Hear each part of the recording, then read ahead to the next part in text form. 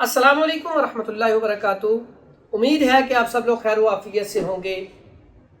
आज का जो हमारा टॉपिक है, ये काफ़ी दिनों से एक सवाल बार बार आ रहा था कि अक्सर मेरी जो बेटियाँ हैं, बहनें हैं, इनके चेस्ट के अंदर गिल्टियाँ बन जाती हैं।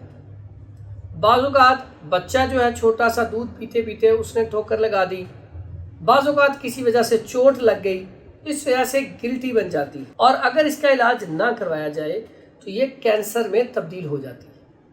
इसको आम ना समझें, इसका आप टेस्ट करवाएं, अगर ज़रूरत पेश आए तो बायोप्सी करवाएं ताकि आपको कन्फर्म हो जाए कि ये कैंसर तो नहीं।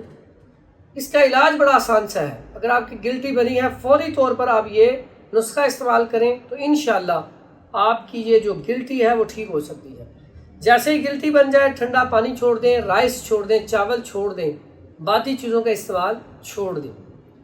करना क्या है, आपने सबसे पहला काम करना है, आपने चाकसू लेना है 50 ग्राम, नरकचूर आपने लेना है 50 ग्राम और गेरू लेना है 50 ग्राम और दार हिल्द वो लेना है 50 ग्राम और उसके बाद हल्दी लेनी है 50 ग्राम। सारी चीज़ों का फाइन पाउडर कर लेना है और इसका पाउडर करके एक कैप्सूल 500 mg का सुबह और शाम ताज़ा पानी के साथ इस्तेमाल करना शुरू कर दें।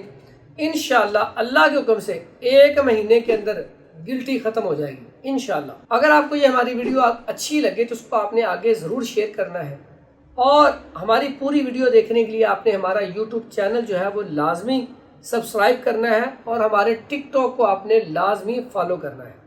अस्सलाम वालेकुम वरहमतुल्लाहि वबरकातुहू।